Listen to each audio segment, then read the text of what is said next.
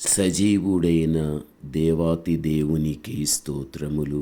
ఆయన ప్రియబిడ్డలైన మీకు వందనములు.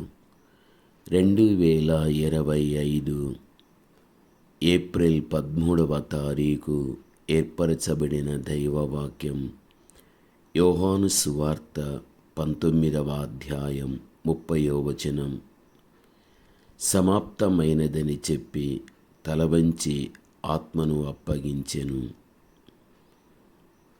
యేసు ప్రభు సిలువలో వేసిన కేకలలో ఇది 6వది. సమాప్తం దేనికి, ఎందుకు అన్నది మనం ఆలోచించగలిగితే, ధర్మశాస్త్రము మోషే ద్వారా అనుగ్రహింపబడగలిగాది. కృపయు సత్యము క్రీస్తు ద్వారానే కలుగగలిగాది. సీనాయి కొండ నుండి సిలువ కొండ వరకు ధర్మశాస్త్ర యుగమని పేరు. ధర్మశాస్త్రపు యొక్క విధులన్నీ నెరవేర్చి ఆ బరువు మనపై లేకుండా చేసి ఆ దాస్యము నుండి మనలను విడిపించగలిగాడు. అయితే కాలము పరిపూర్ణమైనప్పుడు దేవుడు తన కుమారుని పంపెను. ఆయన స్త్రీయందు పుట్టి మనము స్వీకృత పుత్రులు కావలెనని ధర్మశాస్త్రమునకు లోబడి ఉన్న వారిని విమోచించుటకై ధర్మశాస్త్రమునకు లోబడిన వాడాయను అని గలతీ 4:4-5 వచనాలలో మనము చూడగలం. దీన్ని బట్టి చూడగలిగితే ధర్మశాస్త్రమునకు ఆయన సమాప్తి అయి ఉన్నాడు.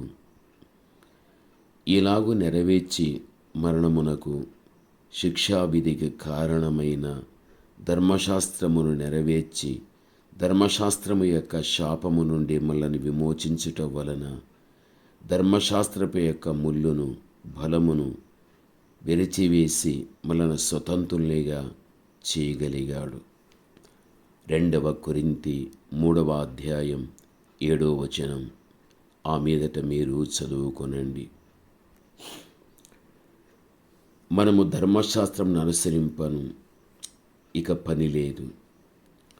ఎందుకనగా ధర్మశాస్త్రాన్ని ఆయన సమాప్తి అయ్యాడు కాబట్టి మనము ధర్మశాస్త్రము అనుసరించవలసిన పని లేదు. ధర్మశాస్త్రమునకు మనపై ఎక్కడ కానీ అధికారము అనునటువంటిది కూడా లేదు. గనుకనే క్రీస్తు సీనాయి కొండపై స్థాపించిన ధర్మశాస్త్రమును సిలువ కొండపై ముగించి వేసినట్లు సమాప్తము అని కేక వేయగలిగాడు. విశ్వసించు ప్రతి వానికి నీతి కలుగుటకై క్రీస్తు ధర్మశాస్త్రమునకు సమాప్తి అయి ఉన్నాడని రోమా 10:4, మత్తయి 5:17లో కూడా మనం చూడగలం. ప్రవక్తలు ఆయనను గూర్చి వ్రాసిన లేఖనములన్నిటినీ ఆయన సమాప్తం చేయగలిగాడు. ఆయన శరీరధారిగానున్న దినములలో నెరవేర్చవలసిన లేఖనములలో ఒక్కటైనను తప్పిపోకుండా నెరవేర్చి ముగించగలిగాడు. అందుకే సమాప్తం. వారు ఆయనను గూర్చి వ్రాయబడినవన్నీ నెరవేర్చిన తరువాత ఆయనను మ్రాను మీద నుండి దింపి సమాధిలో పెట్టిరి అని అపోస్తల కార్యం 13:29లో కూడా మనము చూడగలం. అనగా లేఖనములకు ఆయన సమాప్తము. ప్రభువునందు ప్రియమైన వార్లారా, యేసుక్రీస్తు ఈ లోకమునకు తండ్రి పని మీద తాను రాగలిగాడు. ఆయన తన తండ్రి పనిని ముగించుటయే నాకు ఆహారముగా ఎంచుకొని తుదముట్టించుటకై నిర్విరామ కృషి సల్పి సిలువపై ముగించగలిగాడు.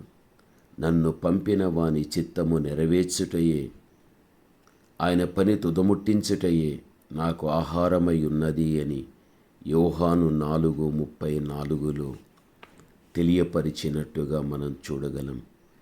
చేయుటకు నీవు నాకు ఇచ్చిన పనిని నేను సంపూర్ణంగా నెరవేర్చి భూమి మీద నిన్ను మహిమపరిచితిని.